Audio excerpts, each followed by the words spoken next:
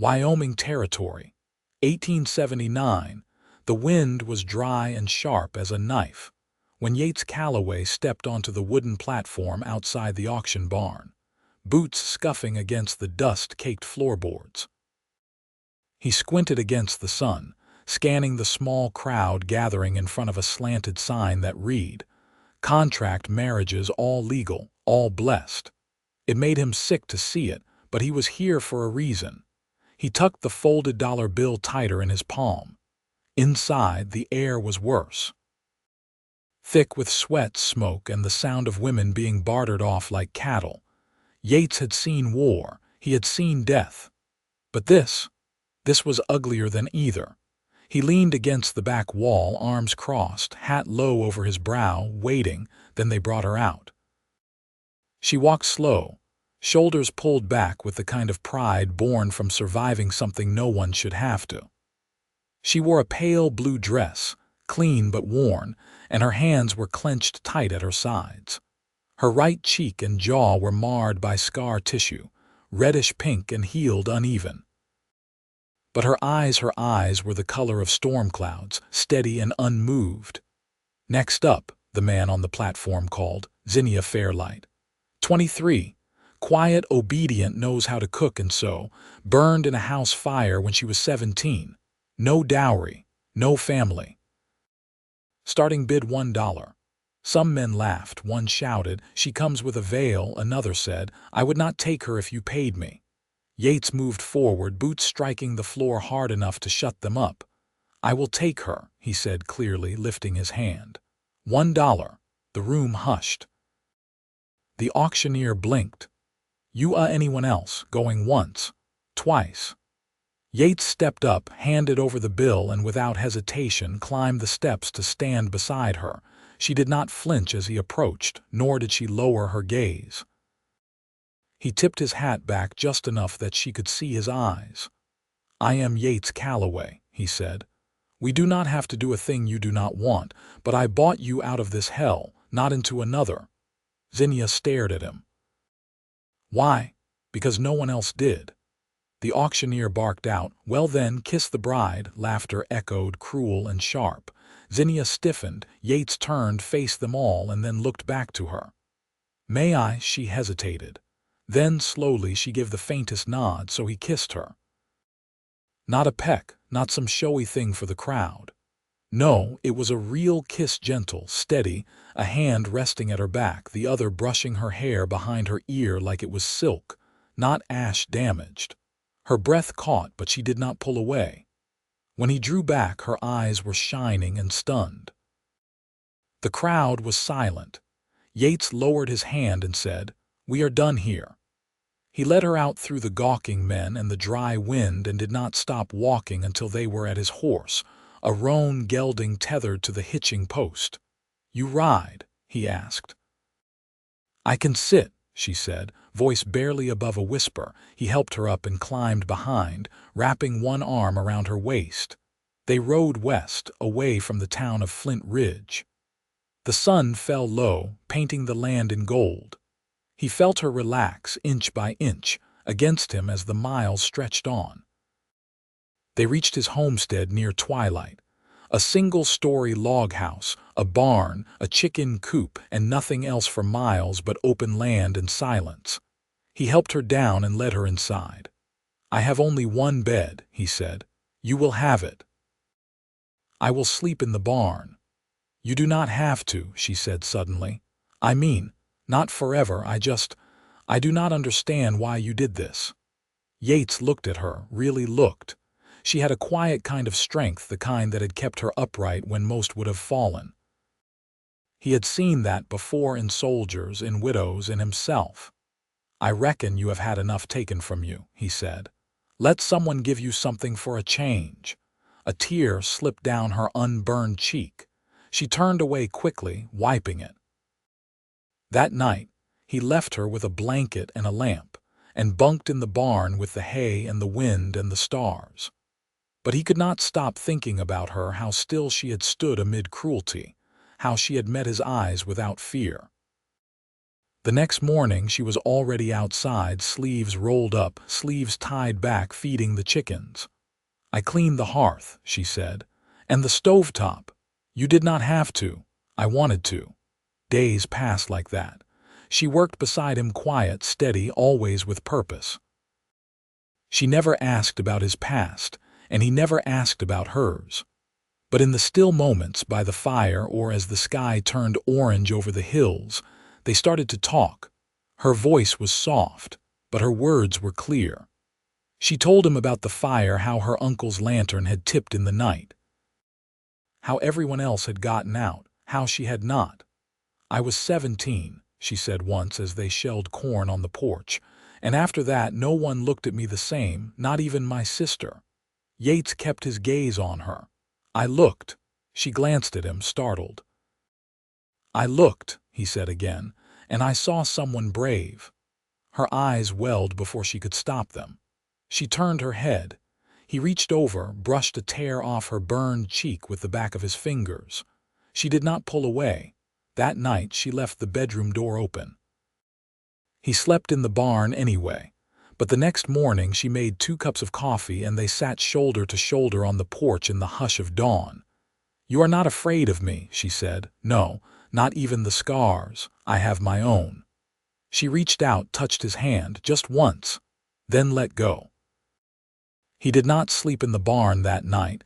Days turned into weeks. The harvest came. They stacked wood, mended the roof, and got ready for winter. She started humming when she worked. He started smiling when she did. Then one morning she walked out of the house with her hair down, loose around her shoulders. He dropped the bucket he was carrying. She laughed for the first time, and it nearly brought him to his knees. By early November, the mornings came with frost at the window edges, and the scent of snow not far off.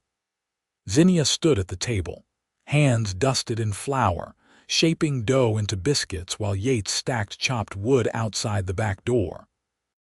A quiet rhythm had settled between them, work shared without words, glances exchanged with meaning woven into them. That morning she asked, "Were you ever married before?" He leaned his shoulder against the doorframe, hat in hand. "No, I came close once before the war. She married someone else while I was gone." Zinnia didn't look up from her work, but her shoulders shifted the way they did when she was listening hard. "She wrote me a letter," he said. "Said she thought I'd died. Truth is, I didn't write because I didn't know what to say anymore. You were different when you came back." He nodded. "Most of us were." She slid the pan into the oven, wiped her hands on her apron, and finally looked at him. "You don't have to tell me more. I just wanted to know if someone was waiting. There's no one but you now." The fire crackled behind her. She stepped closer, brushing past him to hang her apron. Her sleeve brushed his hand. Neither moved away. That night, she brought out a worn cloth bundle from under the bed and laid it between them at the table.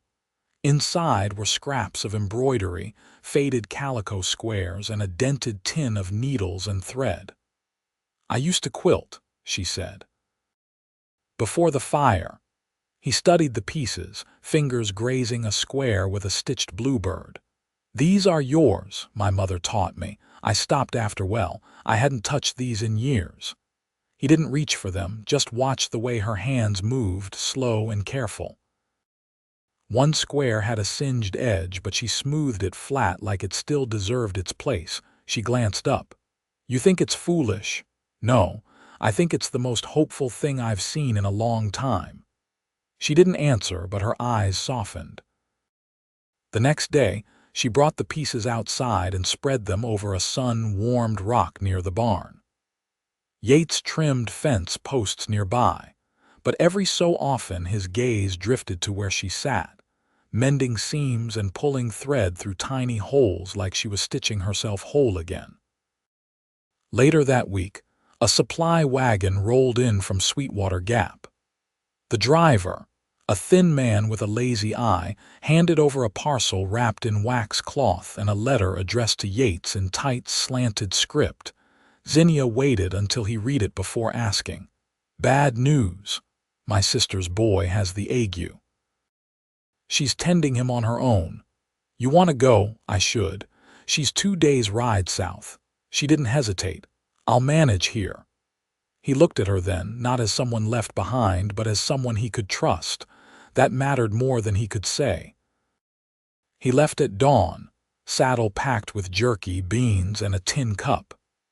Zinnia stood by the porch with her shawl pulled tight, one hand raised until he disappeared over the ridge.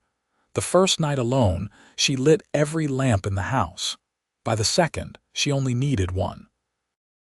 She kept the fire fed the livestock, and stitched each evening until her fingers cramped. The house stayed still and waiting like it knew he'd be back. On the third morning, the sound of hooves came down the trail. She stepped outside in her boots and shawl, heart jumping with every clop of his returning horse.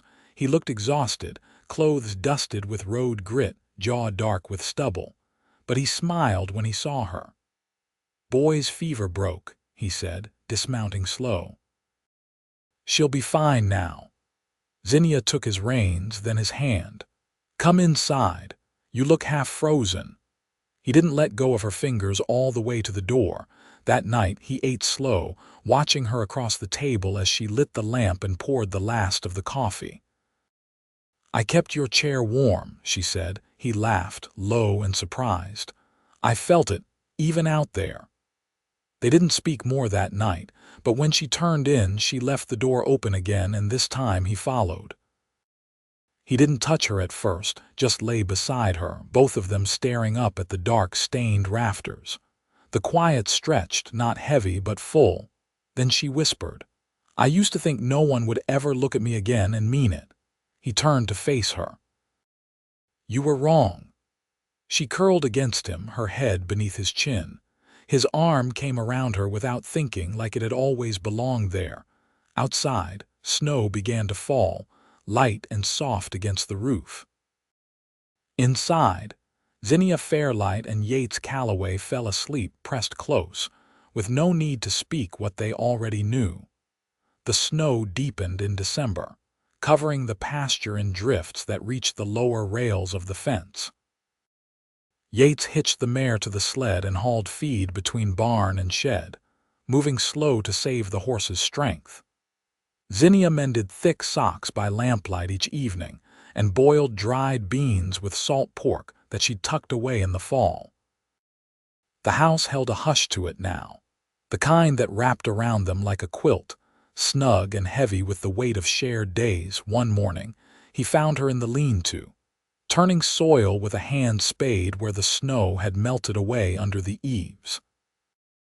"Too early for seeds," he said, stepping around her with an armful of split kindling. "I know," she replied without looking up, "but I wanted to see if anything might still live under it." He knelt beside her, brushing his fingers over the loosened earth. "You think it might," she shrugged. "Maybe not, but it helps to check." He watched her for a moment, then reached down and pulled a small clump of root from the soil. Pale green nubs clung to its base. "This one's trying." Zinnia smiled, quiet and brief, before dusting the root off and setting it on a flat stone. Later, she brought out a small book wrapped in oilcloth and placed it in his lap beside the fire. "Found it in the trunk you gave me." It was wedged at the bottom. He turned the pages, pressed flowers, dried ink sketches of prairie birds, and in the back, a list of months with notations beside each one. "I used to keep a garden journal," she said, adjusting the logs so the flame caught higher. "I stopped writing in it after the fire, but I thought maybe this spring I could start again." He turned the book in his hands, careful not to smudge the old pencil marks. "I'd like that. We can build another box closer to the house this time." "Less wind." She nodded, then added, "I want to try beets this year, and onions, and maybe sunflowers if we can spare the space." He looked up from the book and caught the lift in her voice, the way her eyes carried a flicker of something that wasn't just survival anymore. "We'll plant whatever you want." A few days later, a letter arrived by courier. Yates opened it under the porch eave while Zinnia wrapped cord around a bundle of dried sage. His brow tightened as he read. She didn't ask until he folded the page and slipped it into his coat. Bad news. No. Just a man I knew from the cattle drives down near Laramie. Says he's got a line on some land south of here, near the Wind River. Wants a partner to help fence it and run cattle come spring. She set the bundle aside. You thinking on it?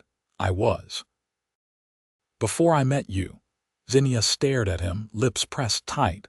I could ride down, he added. Look it over. Come back in a few days. She turned toward the wind, her shawl catching on a nail as she moved. If you think it's worth doing, you should go. He stepped forward, voice low. I wouldn't go unless you wanted to come too. Me. Her tone held more surprise than doubt. I won't start something new unless it's with you. That's the plain of it. She dropped her gaze to her hands. I've never had a say in where I go or with whom. You do now. She looked up slowly.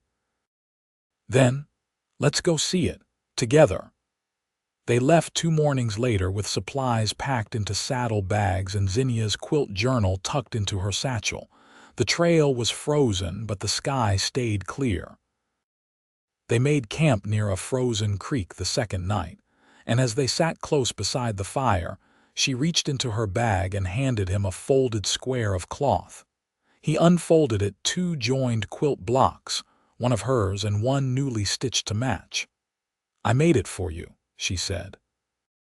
So you'd have something from me if you ever go again. He held it between his hands, then looked at her. I'll go where you go. That's the truth of it. She leaned against him then, head resting under his jaw, and they stayed that way until the fire burned low and the cold pressed closer.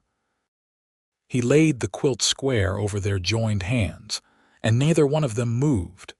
The land near Wind River stretched wide and quiet beneath gray skies, the kind of quiet that settled in a man's bones. Yates reined in his horse on a rise overlooking the flats, Zinnia beside him astride the mare, her shawl tucked firm beneath her coat. Below, the river curved through a swath of cottonwoods, their bare branches black against the snow. That's the parcel, he said, nodding toward a line of flagged posts marking the northern boundary. 300 acres, creek-fed, needs fencing, cabins gone to rot. Zinnia narrowed her eyes against the wind. So's the roof on the barn. I can see daylight through it. He glanced sideways at her. You scared of hard work? No, she said, but I'd like to know what we're walking into. They rode down slow, hooves crunching over the crusted snow. The barn leaned eastward, its door hanging on one hinge. The house was worse, walls bowed, chimney split, boards gone silver with rot.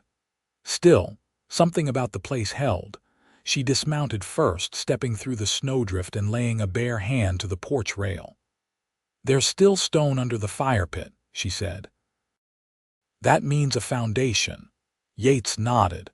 And the well's still clean. I checked it last spring when I passed through. They spent the day walking the line of the fence, marking breaks and measuring where the ground dipped.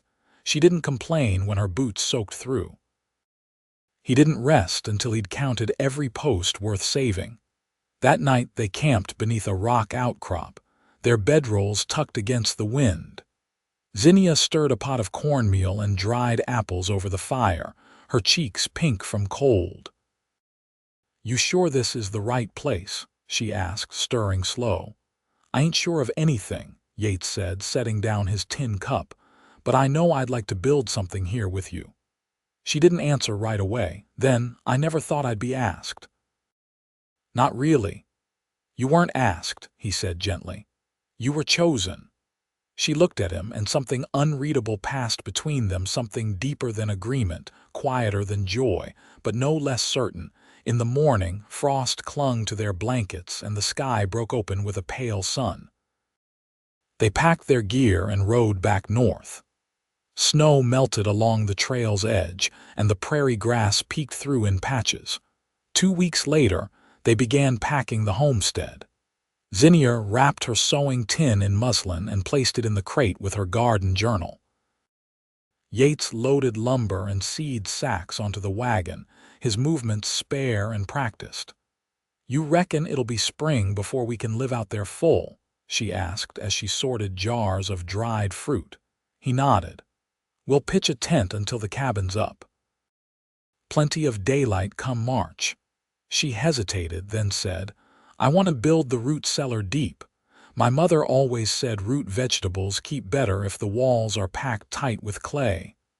"I'll dig it to your liking," Yates replied. They left at dawn, the wagon creaking under weight as the sun rose pale behind them. Their old land lay quiet as they passed it, the fence posts casting long shadows over crusted snow. Zinnia didn't look back. By midday, they reached the new plot. Yates unhitched the team and Zinnia knelt to smooth the soil where the cabin would sit. "I want the kitchen window facing east," she said, "so I can see the sun come up." He crouched beside her. "Then that's where it'll go." They worked side by side through the thaw. Yates dug footings, Zinnia hauled stone.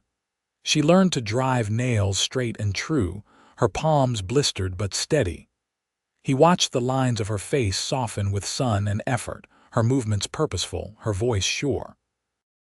One evening he found her near the creek, bare feet in the water, her dress hem hitched above her knees. She looked up as he approached, not startled, only expectant. "I wanted to feel something cold," she said, "and clean." He sat beside her, boots resting on the bank. "You ever think about what you'd be doing if that fire hadn't happened?" Zinnia's eyes stayed on the current. "I would have married a neighbor, tended chickens, had children I didn't name myself, then buried someone before I turned 30. He waited, listening to the creek move over stone. "I used to think the fire ended everything," she said, "but maybe it just changed the road." He reached for her hand. "That road led you to me." She didn't speak, just turned her hand upward, fingers threading through his. They sat like that until the light turned gold across the water. By June, the cabin walls stood firm and square. Zinnia planted beets and onions in the soft earth behind it, her hands stained with soil. Yates laid the final roof plank and looked down to see her lift her face to the sun. That night, they ate by lantern light at their own table built from pine he'd hewn himself. She poured 2 cups of coffee and set one in front of him. "I want to be your wife," she said, quiet but without doubt. "Not just by law, fully." He reached across the table, taking her hand. "Then we'll say vows, just us two. Tomorrow morning, if you like." She smiled, the kind that came slow and sure. "I'd like that." And the next morning, beneath a cottonwood tree with the wind lifting the hem of her dress and no one watching but the hawks circling high above, they stood hand in hand. "I promise to walk with you," she said, voice steady. "Even when the trail's rough." "And I promise to build with you," he said. "Whatever we've got, we'll make it strong." She leaned forward and he met her halfway. They kissed, not because someone told them to, but because the world had narrowed down to the warmth between their mouths and the hard-earned truth of their joined hands. When they pulled back, neither let go. They didn't need to. Zinnia woke before first light, the cabin still and warm around her, the fire banked low. She could hear Yates outside, the soft thump of boots along the porch and the creak of the water barrel lid. She rose slowly, wrapping her shawl around her shoulders, and stepped out into the thin gray of morning. He was pouring water into the tin basin, sleeves rolled high, steam lifting from his hands. When he looked up, his eyes caught hers and held. "You want the water after me?" he asked. She nodded. "I'll bring the bread out too. It's risen enough." They moved through the morning without fuss, each task familiar now. Her brushing flour from the table edge, him hauling the milk bucket in with his shoulder at the door. By the time the sun crested the ridge, the smell of baking filled the air. At midday, Zinnia stood over the root cellar, now lined in stone. Yates crouched beside her, smoothing clay into the corners with the back of a trowel. "You still want to keep the quilt squares under the bed?" he asked, not looking up. "I was thinking." She hesitated, then knelt beside him. "Maybe we could hang them in the bedroom, just the joined ones." He turned his face toward her, brow shaded beneath his hat. "You sure? I want to see them. They're not just mine anymore." He nodded, and she saw the small shift in his mouth that meant he was pleased. That evening she stitched loops into the corners with blue thread, and he drove nails into the wall above the bed. When she stepped back and saw the fabric hanging, square and bright against the log, she reached for his hand. He squeezed hers lightly, not needing to speak. 2 weeks later, they rode into Sweetwater Gap with a list tucked into Zinnia's pocket and a crate strapped behind the saddle. The general store was busy with spring stock coming in sacks of sugar, bolts of muslin, buckets of nails stacked near the door. Zinnia went in while Yates walked to the smithy to ask about hinges for the barn doors. Inside, a woman behind the counter looked up from tallying flour orders. Her brow furrowed for a moment, then her face softened. "Zinnia Fairlight," she said. "Didn't expect to see you." Zinnia gave a polite nod. "It's Calloway now." The woman glanced at her cheek, then back to her eyes. "Well, I'm glad you came back." She hesitated, then added, "You look well." Zinnia didn't answer right away. Then she said, "I am." She paid for the tin of lye, a spool of red thread, and a small packet of carrot seed. As she turned to leave, a girl near the stove stared openly at her, lips parted. Zinnia paused, stepped closer, and knelt slightly so the girl could see her clearly. "You ever plant carrots?" she asked. The girl blinked. "My ma does." "Well," Zinnia said, handing her the packet, "make sure she plants them deep and waters slow. That way the roots grow straight." The girl took the packet with wide eyes, and Zinnia walked out into the sun. Yates stood waiting with the crate loaded back on the gelding saddle. "All good?" "Yes," she said. "Let's go home." The trail back was quiet, the wind soft between the trees. When they reached the cabin, the sun was dipping behind the west field. Zinnia stood on the porch for a long time, arms folded, eyes on the sky. Yates came up behind her, setting his hands lightly on her waist. "You thinking something?" "I'm thinking I never want to leave here again," she said. He pressed his mouth to her temple. "Then we don't." Summer passed in slow, rich days. Zinnia's garden came up strong, the beets thick and sweet, the onions bold enough to bring tears. Yates finished the barn doors and built a narrow shelf for her sewing tin. By August, they had a new calf and a line of canned goods lining the wall. One late afternoon, a wagon rolled in near the far fence, the driver waving a wide-brimmed hat. It was the man from Laramie, the one who'd written about the land. He stepped down and called out. "Didn't expect you'd settle it this fast," he said. "We build quick," Yates replied, meeting him halfway. "And we stay where we're wanted." The man handed him a folded deed newly signed. "It's yours outright now." "All registered." Zinnia stepped up silently, her hands still damp from the wash basin. The man tipped his hat to her, then turned back toward the wagon. After he left, she looked at Yates. "It's real now. It's always been." That night they sat on the porch with mugs of warm milk and the sound of crickets in the grass. She leaned into him, her head on his shoulder, his arm around her waist. "You ever think about children?" she asked. He looked down at her, brows lifting slightly. "I have. I've been thinking," she said slowly, "that I'd like to raise someone here, not just grow food or fix roofs. I want to pass something on." Yates nodded. "Then we will, when the time's right." She kissed his cheek, soft and sure. "You'll be a good father." He looked out across the land they'd built, the fence lined straight, the chimney smoke rising steady into the sky. "I'll have you beside me. That's all I need." In the years that followed, their home held firm. A boy came first, then a girl 2 winters later, both born in the same room where the quilt squares still hung, faded now but still joined. Zinnia planted sunflowers along the fence, tall and bright, and Yates carved names into the beam above the hearth. Neighbors came and went, some to the east, some farther west, but the Calloways stayed. Their land grew greener each year, and their love held quiet and solid, marked by the things they built and the way they moved through days side by side. On their 10th spring, Zinnia stood in the doorway and watched Yates carry their daughter on his shoulders through the garden rows.